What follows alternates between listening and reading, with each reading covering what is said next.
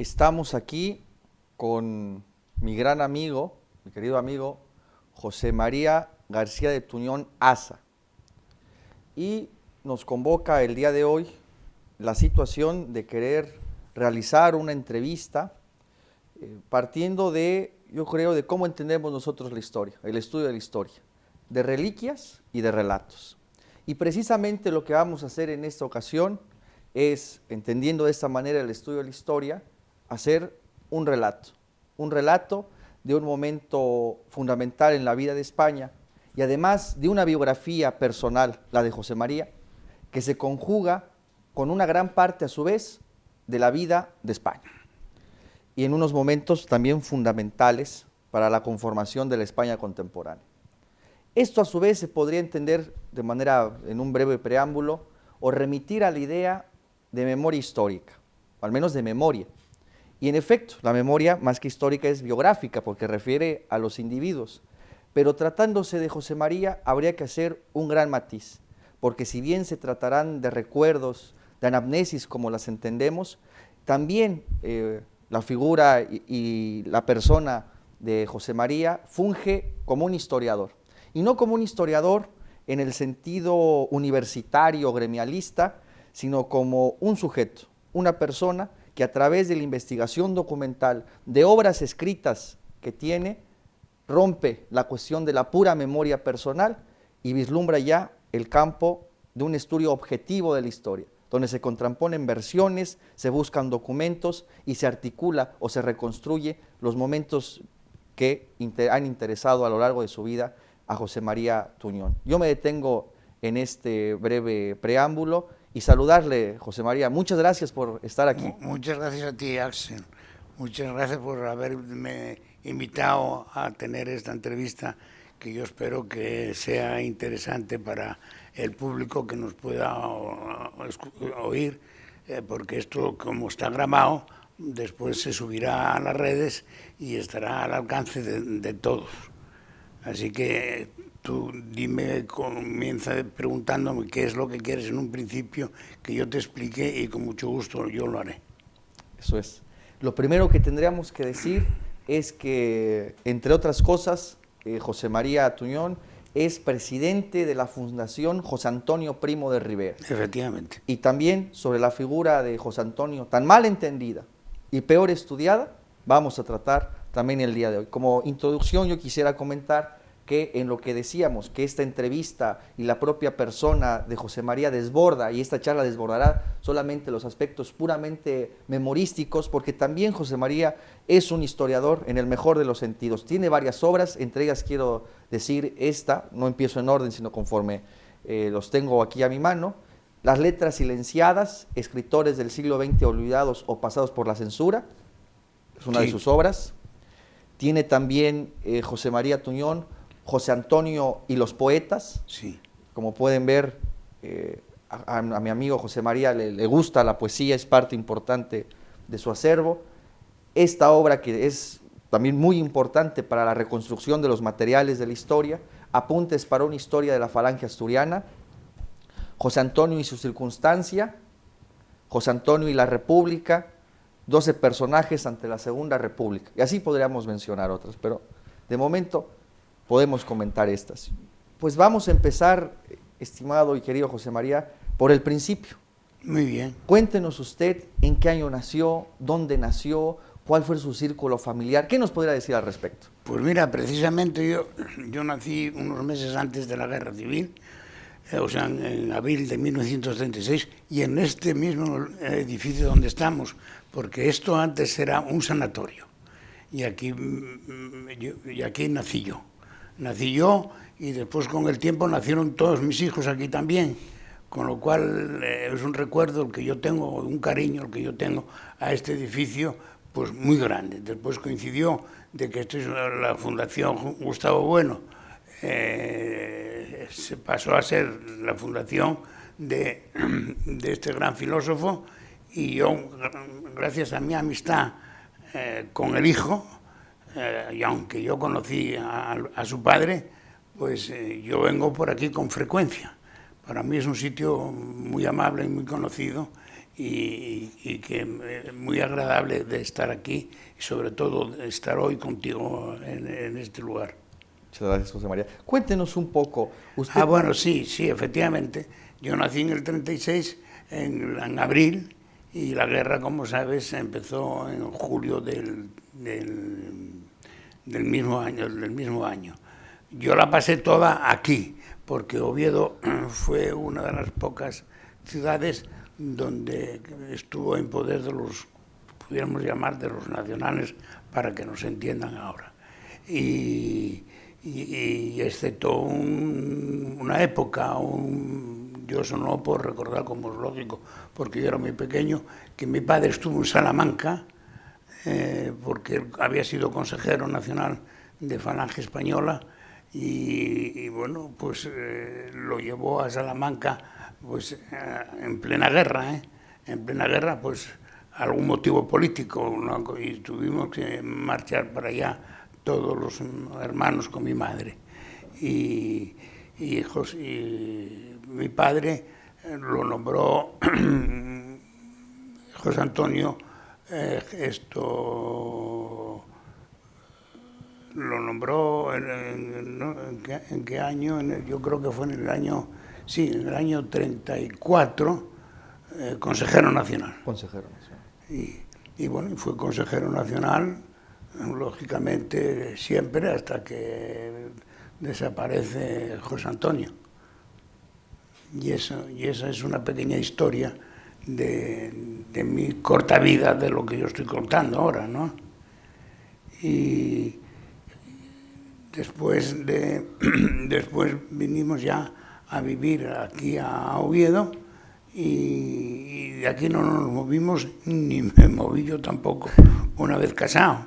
Yo estoy casado, tengo 5 hijos y muy felizmente vivo tengo la familia, además con la gran suerte de tener toda la familia en Oviedo.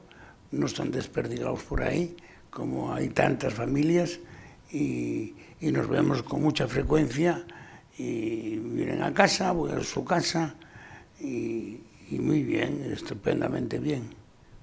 Eso es, José María. Entonces, digamos, volviendo al inicio, digamos, en su etapa de infancia, usted nace en el contexto de la guerra, sí, y con su padre, con su señor padre, dentro de Falange Española. Sí. Dentro, ¿de qué manera entra su padre a Falange? ¿Qué es lo que lo convoca a inscribirse a Falange? ¿Qué es lo que hace identificarse con el pensamiento de José Antonio? Antes de la fundación de Falange, que decimos siempre que fue el 29 de octubre del año 33, pues aquí en Oviedo existía lo que ya se llamaba MES, que es un movimiento español sindicalista. Era un grupo de gente joven, más o menos, que habían fundado esto, y donde mi padre, quizás porque fuera un poco mayor que la gente que lo había fundado, que era gente muy joven, pues no estaba en ese grupo, pero sí lo seguía muy de cerca. Fue cuando después, el 29 de octubre, José Antonio pronuncia en el Teatro de la Comedia el famoso discurso, y donde acuden muchos asturianos, entre ellos mi padre. Y a partir de ahí es cuando, junto con otros amigos de él, etcétera, etcétera, creen oportuno de afiliarse a Falange, y cuentan con el grupo ese joven que se llama, que como he dicho, se llama Movimiento Español Sindicalista.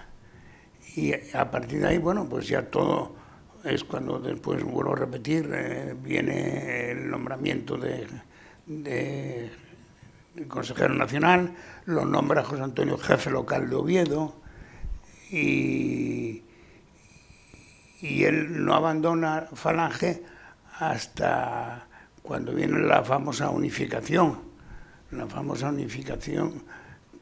que viene a ser en el mes, cuando se une con las Jons del Ramiro Ledesma, por eso se llama Falange Española de las Jons. Mi padre todavía sigue ahí hasta que viene después Franco y a ese largo nombre le añade la palabra tradicionalista. Y ahí entonces cuando mi padre ya se retira un poquitín del primer plano, y aunque él sigue lógicamente unido por lo menos a Falange, pero sin tener ninguna colaboración ni nada de nada. Es más, cuando los famosos restos de José Antonio son trasladados desde Alicante al Escorial, que hay un grupo que lo llevan a hombros, como sabes, pues mi padre es una de las personas que tiene la suerte de llevar a hombros el cadáver de José Antonio. Y mi padre políticamente no sigue, se queda ahí. Hombre, se queda ahí con sus ideas, lógicamente, con sus amistades, pero nada más, no ocupa ningún puesto de relieve ni nada de nada. O sea, se aparta un poquitín de lo que se llamaba Falange Española tradicionalista y de las cosas. Y eso es eso. En cuanto a mí, pues yo por influencia, lógicamente, de mi padre, pues a mí me gustaba Falange. Me gustaba en aquella época lo que se llamaba el Frente de Juventudes. Yo estuve en un colegio de dominicos de aquí de Oviedo, donde había un grupo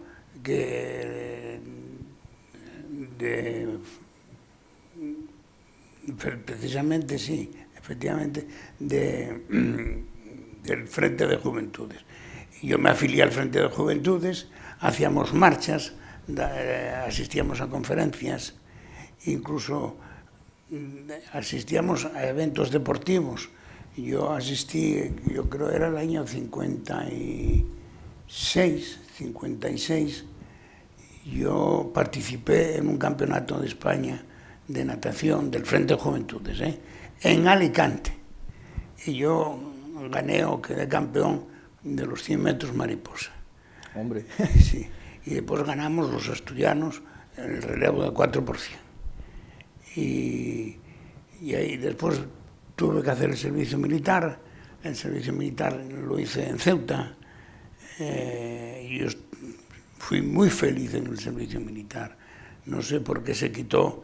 Yo creo que el servicio militar era un bien para muchos españoles y hice muchos amigos y yo guardo un buen recuerdo, un gran recuerdo de mi paso por el ejército. Y yo fui de soldado raso. Y nada, una vez licenciado, para casa otra vez, a seguir con los estudios y a trabajar. Y más o menos ese es el currículum que yo tengo.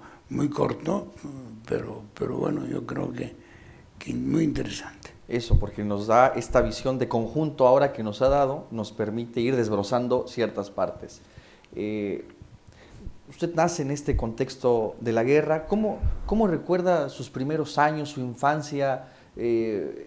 Claro, porque usted ya a sus 6, 10 años, que es donde uno empieza a recordar más cosas, ya la guerra está terminada. ¿Cómo recuerda usted su infancia a partir de cuando usted empieza a recordar de mejor manera, 7, 8 años, el momento de España de ese momento, su familia? Yo a esa edad iba a un colegio de monjas que todavía existe, de la Medalla Milagrosa. Y yo el único recuerdo que tengo de todo, de esa época y posterior, fue de felicidad completa. Gracias a Dios no teníamos ningún problema y tuve muchos amigos.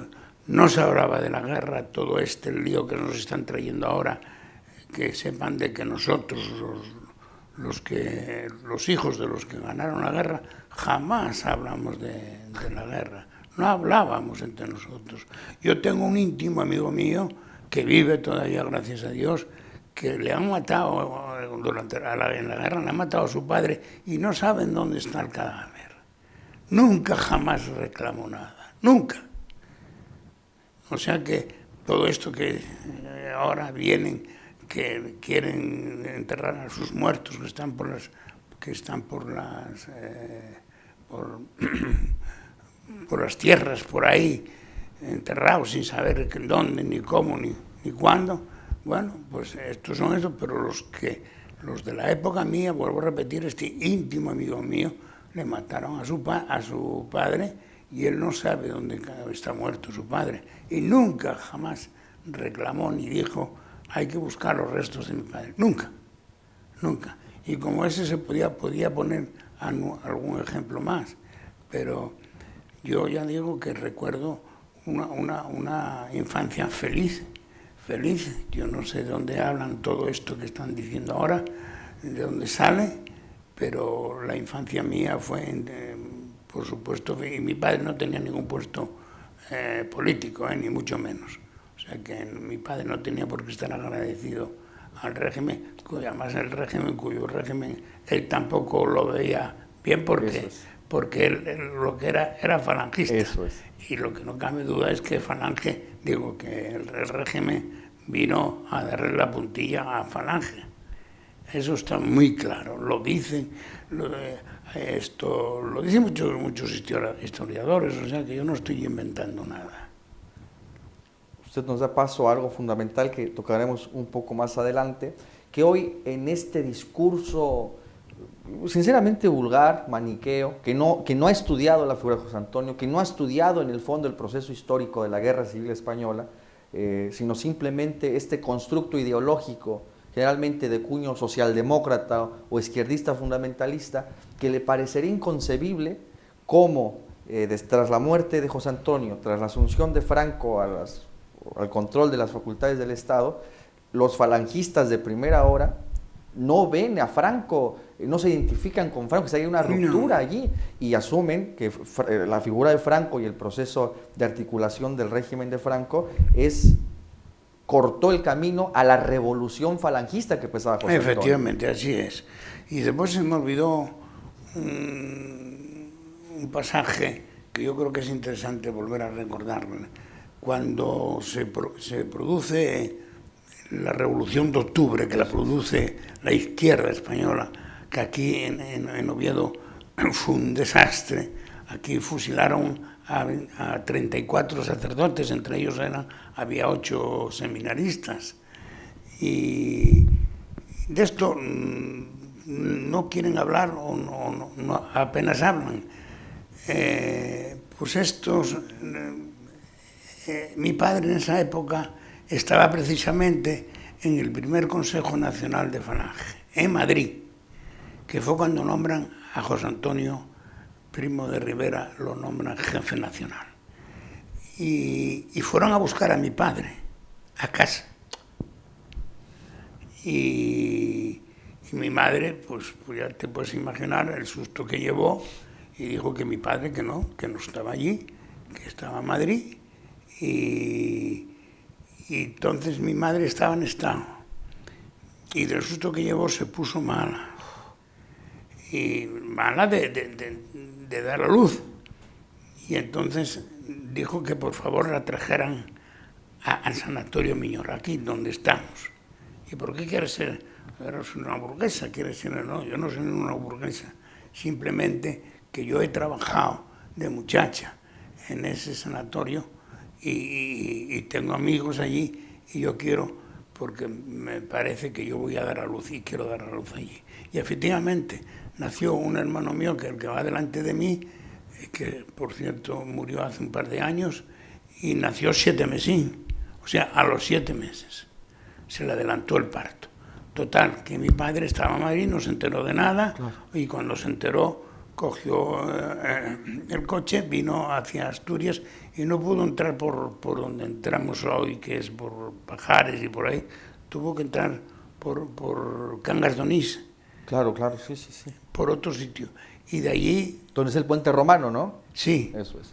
Y de allí venir después, vino con un grupo de soldados que venían a Oviedo y entrar en Oviedo y llegar a casa en que no estaba mi madre, porque mi madre había dado a luz. Bueno, total, que aquello fue una odisea grande y el susto de mi padre, pues ya te puedes imaginar. No, y esto es fundamental porque se olvidan, claro, en plan democrático, ¿no? Ya de la socialdemocracia contemporánea, olvidan lo que representó Asturias del 34 de octubre, que era el levantamiento para acabar con la república burguesa, como decían ellos, y que se olvidan de manera maliciosa y de mala fe de las persecuciones que también hizo la izquierda marxista, la izquierda socialista y los marxistas leninistas. Se olvida de eso, se oculta. Entonces, cuando usted nos dice que estallado el movimiento revolucionario de cuño marxista en 34, van a buscar al padre de ustedes, van a por él. Sí, van a por él. No, por ejemplo, mi padre era de un pueblo de al lado de Mieres y está donde estaba su madre enterrada y profanaron la tumba de mi abuela. Y sacaron la calavera y anduvieron a patadas con ella. Y bueno, todo eso está documentado. Y aquí se llama Valdecuna, el sitio este. Y fueron a por el capellán, por el párroco, y lo mataron. O sea que fue un desastre total, y de lo que ellos apenas hablan o no quieren hablar. Pero, por ejemplo, aquí en Oviedo se quemaron ellos que andan presumiendo de ser personas ilustres y muy estudiadas y todo eso. La defensa de la cultura, ¿no? Quemaron la universidad y con la universidad todos los libros que había dentro, todos, no quedó nada. Y eso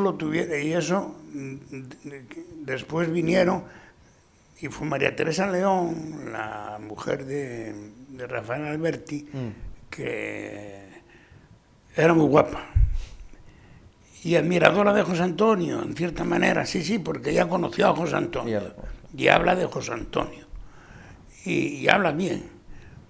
Y esta mujer, bueno, pues la mandaron los comunistas o los socialistas o quien sea, la mandaron a Estados Unidos a que desde allí escribiera en contra, de los nacionales y a favor de la revolución esta de octubre. Y ella cuenta de que fue la aviación, lógicamente la aviación de la República, la que bombardeó la universidad. Todo eso es mentira, porque yo he descubierto, y se ha publicado, y está publicado precisamente en el Catoblepas, que es una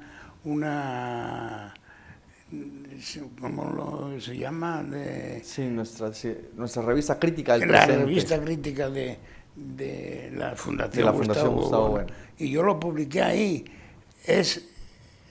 Era el rector Alas, entonces rector, el que él les va explicando y el secretario va tomando nota, porque él vivía a 4 pasos de la universidad.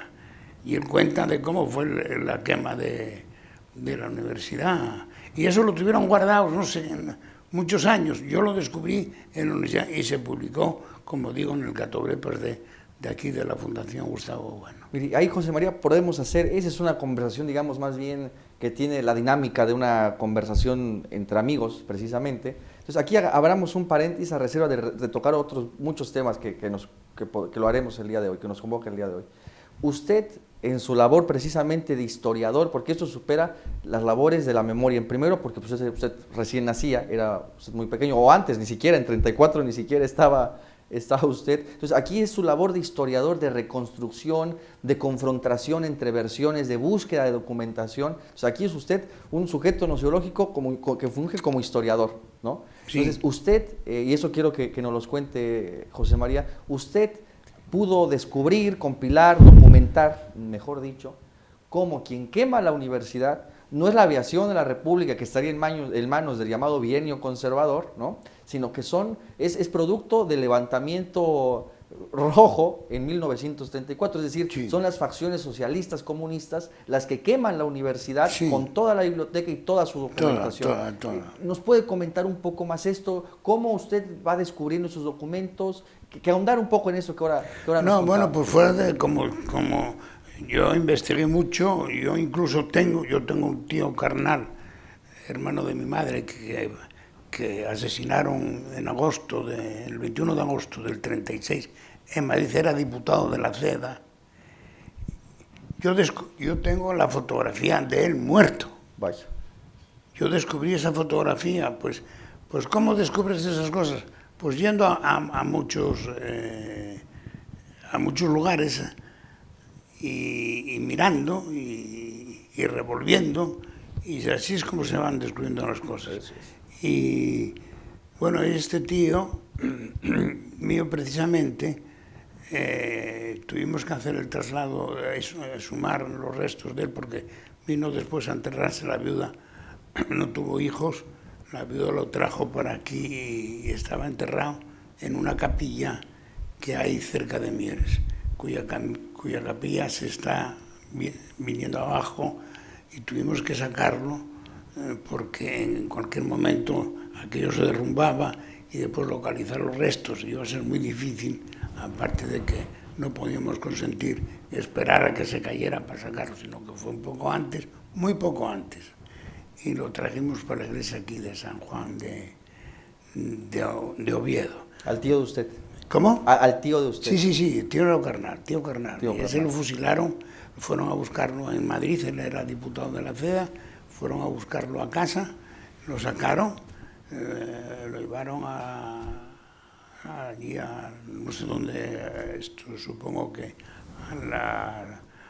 al cementerio, y allí lo fusilaron y allí lo dejaron, y yo di con la fotografía de él muerto. O sea, esa fotografía la tengo yo. Y este modus operandi parecido a lo que le pasó a José Calvo Sotelo, ¿no? Que lo sacan al cementerio. Sí. Parecido, Sí, modus operandi. Igual. Hombre, mi tío políticamente no tenía la categoría de Calvo Sotelo, indudablemente. Claro. Pero sí. Eran sus modos de los socialistas y los comunistas. Así fue. Fueron a casa a buscarlo y lo sacaron de allí, le pegaron 4 tiros y adiós muy buenas, y no hubo más.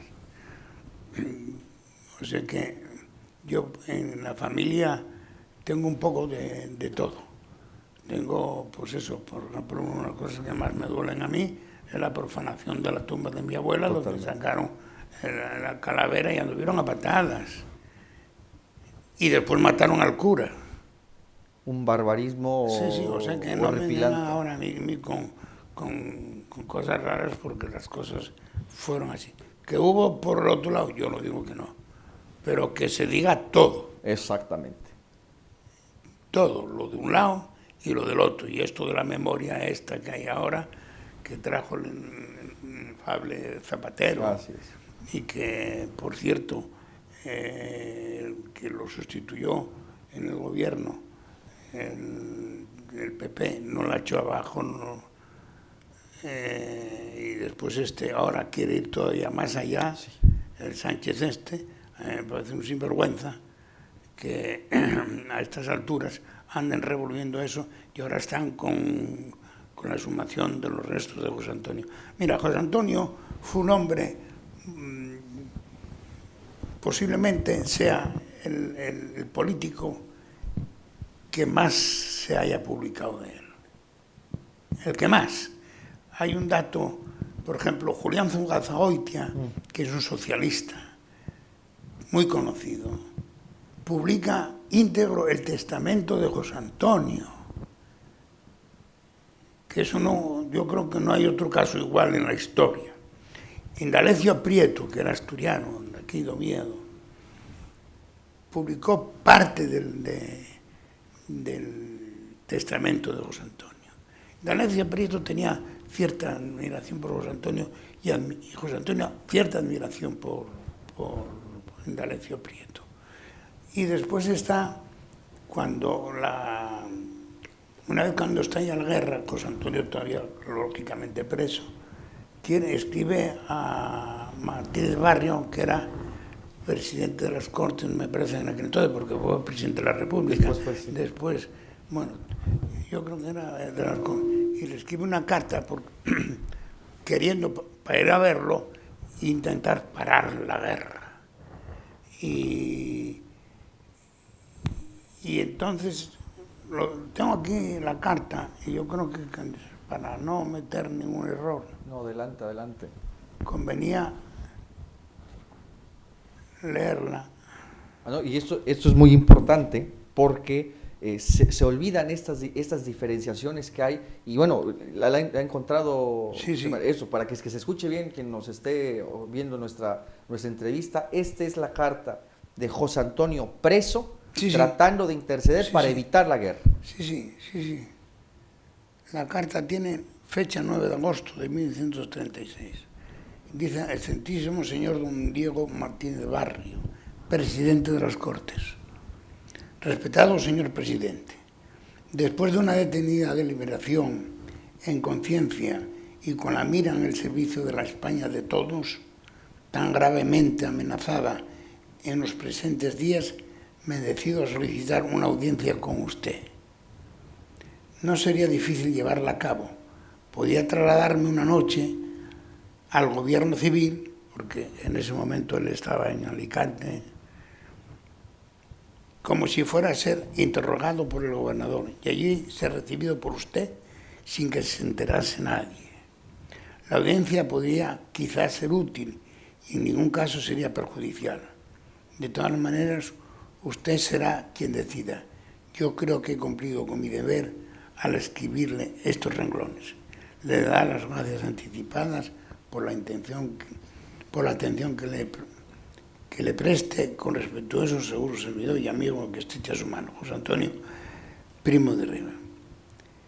Dice el propio Martínez de Barrio: resolví el estado de incertidumbre en mi ánimo haciendo de lo que cualquier otro hubiera hecho en mi caso. Para mí me presentó inmediatamente como deber ineludible.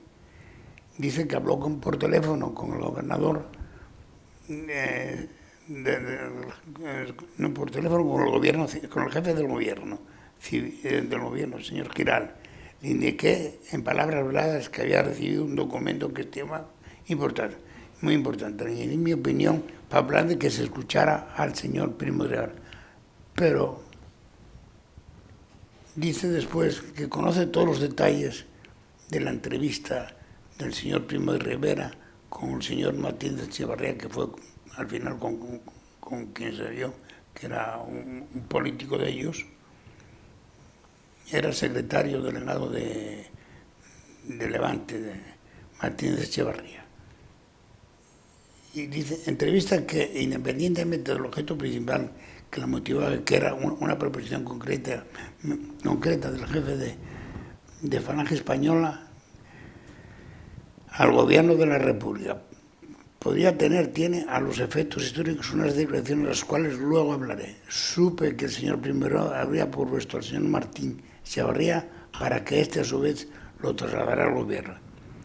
Dice al final: el gobierno conoció esta proposición del señor Primo de Rivera y no la aceptó. O sea, José Antonio, al que dicen, todavía lo dicen por ahí algunos, que José Antonio fue de los que intervino en el levantamiento. José Antonio no intervino en el levantamiento, estaba en la cárcel. ¿Con quién iba a contar? Además, los falangistas eran muy pocos. Lo dicen los historiadores, eran muy pocos. O sea que después sí, una vez que se ganó la guerra, vinieron a millares, a montones.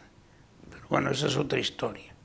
O sea que esta carta, que es muy importante, pues apenas se conoce o no la conoce la gente. Y esa está escrita en este libro que se titula Homenaje a Diego Martínez de Barrio, presidente del gobierno, presidente de las Cortes y presidente de la República en el exilio. Eso es el propio Martínez Barrio el que está dando fe de que José Antonio intercede para evitar la contienda civil. Sí. Pues ya digo, José Antonio, yo creo que no hay político español que hoy en estos momentos, incluso que tanta gente se haya preocupado tanto de él y de escribir sobre él.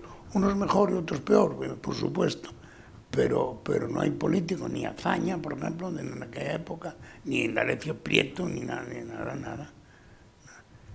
Fue un hombre. Y después hay el testamento de él, que según el filósofo catalán Eugenio d'Ors, dice que es una pieza del Testamento extraordinaria. El Testamento, lo dice el filósofo Eugenio d'Ors, que no es sospechoso tampoco de nada. Y en fin, José Antonio, hoy por hoy, vuelvo a repetir, pienso de que no hay político en España que más se llega escribiendo sobre él. Más incluso, en estos momentos, más incluso que Franco. Yo creo que sí. Yo creo que los materiales que hay son más copiosos a lo largo de todo este tiempo, ¿no? Sí. Muy bien, José María. Volveremos indudablemente sobre José Antonio, sobre el ideario de Falange, las diferencias ideológicas con Franco, la confrontación que hubo con el decreto de unificación, pero con los tradicionalistas, con los requetés, que eso ya era impensable para un pensamiento patriota y revolucionario, como era el falangismo de José Antonio, ¿no? Previo a eso, quisiera yo tocar ahora, volviendo a su biografía, yendo y viniendo sobre los temas. Me parece también que su familia tuvo un diario, un periódico, ¿no? Llamado Región. Cuéntenos un poco de eso. No, bueno, Región lo funda precisamente un hermano de mi madre, Bernardo Aza de Escalada, que es el que fusilaron en Madrid. Él era un hombre, entonces estaba muy metido en la política, en la CEDA, de la que era diputado, y necesitaba aquí en Asturias un periódico para que apoyara su idea. Y entonces fundó el periódico Región. El periódico Región en el que yo trabajé. Y después por circunstancias económicas y porque aquí en Oviedo, en Asturias, desaparecieron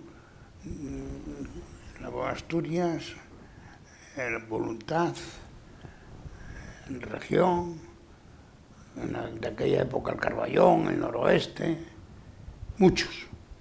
El que más duró, posiblemente, bueno, está la Nueva España, que es la que existe, y en Oviedo, y el Comercio en Gijón. El Comercio, sí. Pero son los únicos que existen. De todos los que hubo, tanto en Gijón como en Oviedo, los únicos que sobreviven. Pero Región, por cuestiones económicas, se fue abajo y hubo que cerrar. Y esa es la pequeña historia. Entonces, ¿en qué año se funda el diario Región? 23. ¿En 1923? ¿Desde el 23? Sí. Ah, vaya. Y entonces, ¿hasta qué momento desaparece? ¿Quién escribió? ¿Cuál era la orientación del periódico? No, la orientación ideológica. Un periódico, bueno, que tenía fama de ser un periódico carca, o sea, muy católico. Y lo era. Pero bueno, no era ningún periódico carca, como se puede interpretar. Era un periódico que tenía muchos lectores. Yo creo que estaba bien hecho y sobrevivió pues 60 años más o menos, ¿no? 60 años. Sí, por ahí. ¿Y usted también trabajó allí? Yo trabajé una época allí, sí. ¿Y usted, es decir, desde su infancia pasa usted al colegio? ¿Qué pasa con usted? ¿Estudia algo más? ¿Comienza usted a trabajar? Sí, yo tuve empresariales y yo empiezo a trabajar.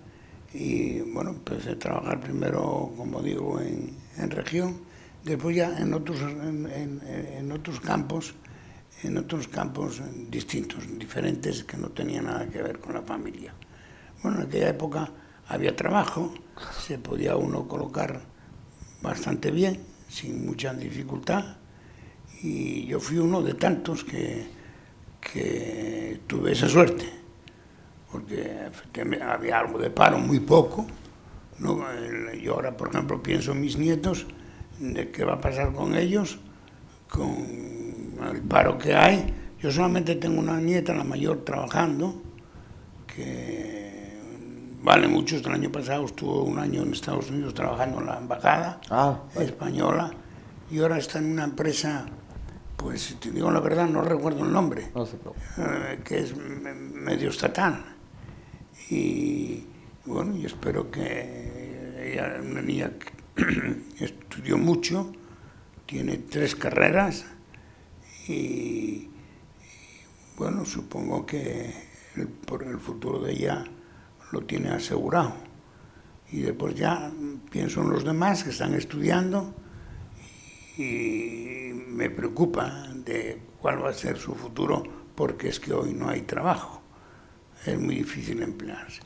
O eres un número 1 estudiando, o sea, viendo como mi nieta mayor que hizo 3 carreras y la monda lironda, pero los demás, los que van solamente con el aprobado justo, eso lo tienen muy difícil. Sí, no, es algo objetivo por el nivel del paro juvenil que hay, además, ¿no? Muy grande. Es tremendo. Y eso no lo ven, no lo quieren ver, no lo dicen, pero existe. Y en fin, yo cada vez que pienso en los nietos, yo tengo 8 nietos, la mayor, gracias a Dios, como digo, está ya. ¿Cuántos hijos tuvo José María? Yo tuve 5 y uno que murió de pequeñín, de meses, de muerte súbita. Ya. Y bueno, gracias a Dios, trabajan, no tienen problemas y bueno, viven relativamente bastante bien. De ahí que de sus 4 hijos tenga 8 nietos. De los 5. De los 5. Sí, pero bueno, uno está soltero, no tiene hijos. Ah, bien. Sí, ese no tiene hijos. La mayor tiene 3 hijos, que es la madre de la nieta mayor. Tiene 3 hijos, después la segunda tiene 1, el tercero tiene 2 y el cuarto tiene otros 2. Y después el quinto, que son gemelos además, el soltero y otro son gemelos. Y el soltero no tiene hijos, claro. Bien. Para pasar a la otra parte de nuestra entrevista, que es preguntar sobre su vida política, y para cerrar, digamos, los temas que hemos sabido abierto, por lo menos hasta este bloque, para quien amablemente nos vea en estos videos, retomar este tema, José María, porque eso lo comprueba usted como un historiador efectivo. Insisto con el tema, con lo de la situación de la quema de la universidad en 1934. Si nos puede contar un poco cómo fue a los archivos, cómo articula usted esta investigación. Yo una vez jubilado, yo salía de casa todos los días a las 9 de la mañana y yo iba a los archivos de aquí, primero de Asturias, y después yo conecté mucho con archivos incluso de Sevilla. De Sevilla. Yo tengo cosas de Sevilla. Yo llegué, ahora que se me pasó, yo tengo localizados los nombres de los que fusilaron a mi tío. Los tengo localizados. Después los fusilaron a ellos. Sí, claro, una vez que terminó la guerra, hicieron una limpieza y, bueno, pues lógicamente la policía o quien haya sido se habrán enterado que había unos señores que se llamaban fulano y mangano y tutano que habían fusilado, por lo menos, a Bernardo Aza, y fueron por ellos y los fusilaron, murieron fusilados. Y di con el nombre en un archivo de Madrid, yo di de archivos de Sevilla, archivos de Alcalá de Henares.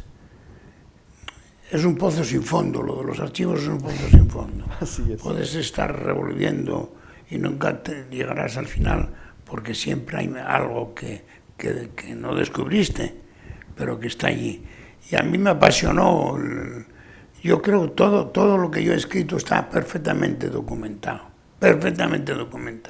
Esto salió de aquí, de este archivo, del otro archivo, y está en tal caja, y está, y si es de un periódico, de tal periódico, en tal página y de tal fecha. Yo eso lo tengo muy documentado, porque me apasionó la investigación, a mí me apasionaba. Pero ahora ya, con los años, ya tengo menos gracia de andar en archivos. Pero bueno, de vez en cuando, alguna vez, alguna cosa pues intento buscar.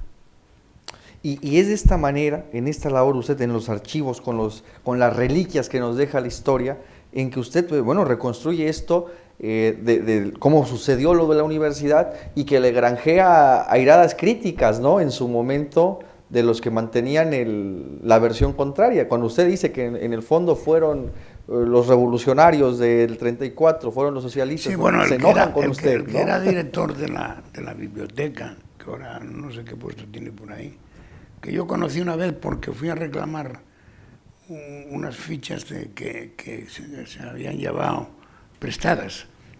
Un catedrático no las acaba de devolver, yo las necesitaba para mi trabajo. Y lo fui a ver a él para decir, ¿dónde pasa esto? Y la verdad es que al día siguiente las fichas estaban allí. No lo conocí nada más que en esa fecha, pero este escribió un artículo, o mejor dicho, dio una conferencia en un pueblo de por aquí cerca, de la cuenca minera, donde él copia de María Teresa León y habla de la aviación. Que fue la aviación. Cosa más rara, este tío como copia de María Teresa León. Además, yo creo que a María Teresa León poca gente la conoció, supongo yo, la conocería como mujer de Alberti. De Alberti, pero que haya leído sus memorias y eso, yo creo que muy poca gente. Bueno, total, que yo cuando doy con aquello que fue de casualidad, cuando doy con lo que el rector Alas escribe o dicta de lo que él sabe o oyó y vio de la quema de la universidad de eso estaba guardado. Y el bibliotecario este lo tenía que saber. ¿Cómo no lo iba a saber?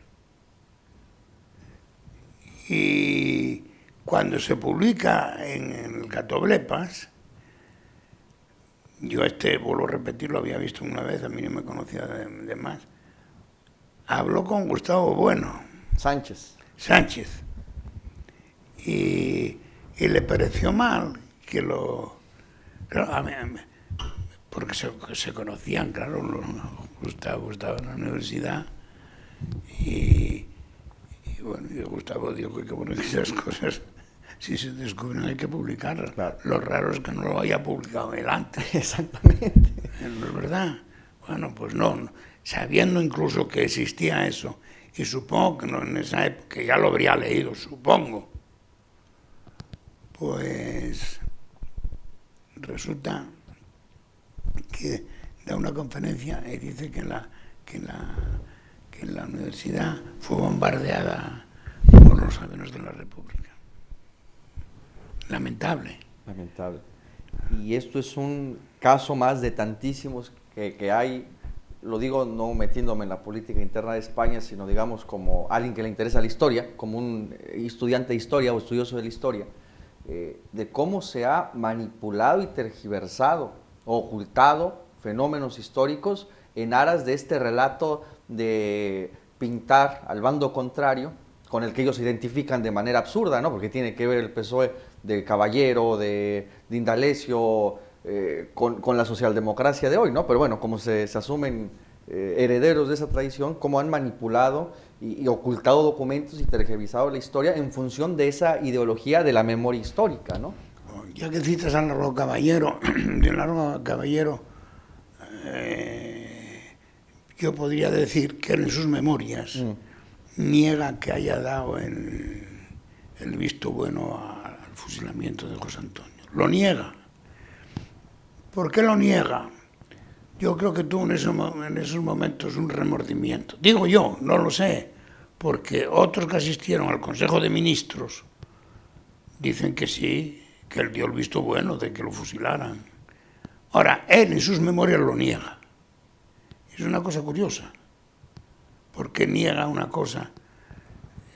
Yo creo que porque, no sé, sintió remordimiento o tenía... José Antonio tenía, por parte de sus enemigos, no lo hay que lo ponen a caer un burro, como es lógico, pero los hay que lo respetan mucho, Sí, eso es verdad. que lo respetan y hablan muy bien de él.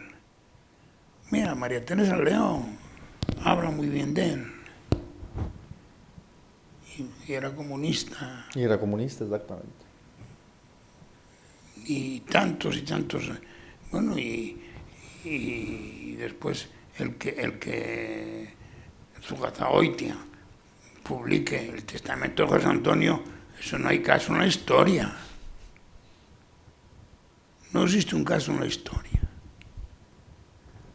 Pero bueno, ahí está, y eso es lo que... La gente lee poco. Eso es verdad. Y lee sobre todo aquello que le conviene leer, ¿no? Y entonces, como le conviene... Yo no tuve... En una ocasión, sí, tuve una pequeña discusión con un comunista, pero nada más. Las cosas que yo escribí, están perfectamente documentadas, no hay forma de darles la vuelta, porque no. Eso es, José María.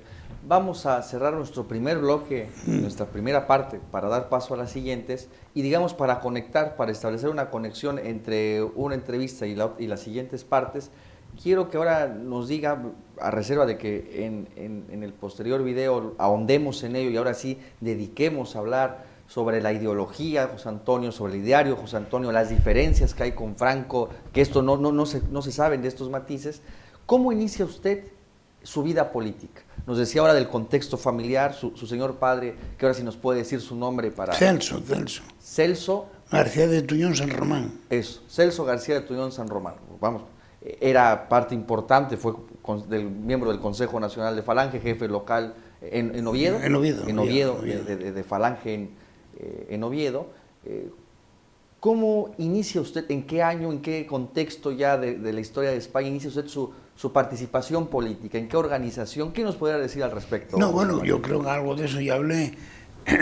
Yo comienzo a estudiar el bachiller en los dominicos. En los dominicos. Sí, y en los dominicos se formó allí del Centro de Juventudes un grupo en el cual yo me apunté, me afilié. Eso es. ¿En qué año estaríamos hablando, José María?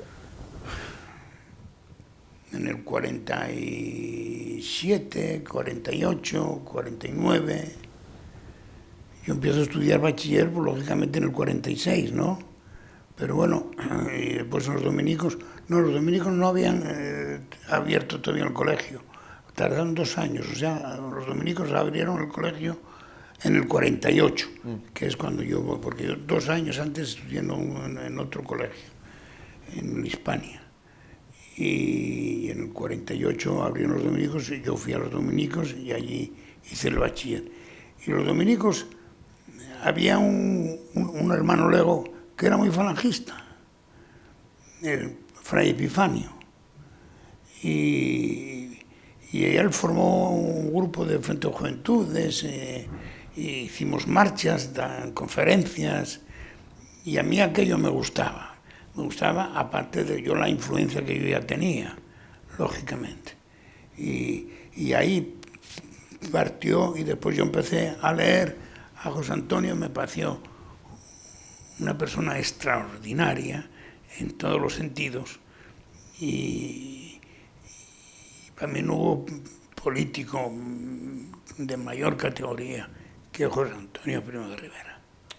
Y después de su paso por el Frente de Juventudes, ¿usted se afilia a otra organización ya más grande? No, yo... Bueno, después, vamos a ver, perdón, cuando muere Franco... Eso. Cuando muere Franco existía Falange, que la llevaba Raimundo Fernández Cuesta, que había sido secretario con José Antonio Primo de Rivera.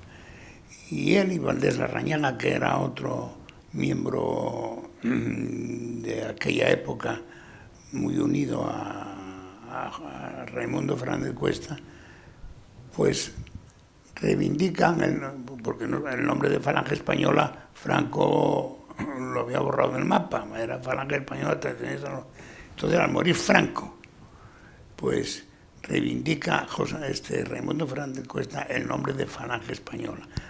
solamente fue él, fueron alguno más, pero se lo dieron a él. Y estuve afiliado yo a Falange Española, pero aquello fue muriendo poco a poco. No enganchó lo suficiente. Había mucha división, además, entre los falangistas. Unos eran de Raimundo, otros eran de Pedro Conde, otros, bueno, de 3 o 4 jefecillos que había por allí. Y estaba muy dividido. Yo fui de Raimundo, lógicamente, porque mi padre conocía a Raimundo, lógicamente. Y mi padre estaba metido ahí y yo seguí un poquitín la estela de mi padre. Pero aquello, vuelvo a repetir, duró poco y Raimundo se murió y todo se murió. Yo y Falange, pues está en manos pues no se sabe de quién, de 2 o 3 personas, pero no, Falange yo creo que no, que es muy difícil que puedan volver a resucitar, yo así lo veo, y que me perdonen los que lo ven de distinta manera. Muy bien, José María. Terminamos este primer bloque de entrevistas y comenzaremos el otro. Estupendo. Muchas gracias, José María. Gracias a ti, Asle, muchas gracias a ti.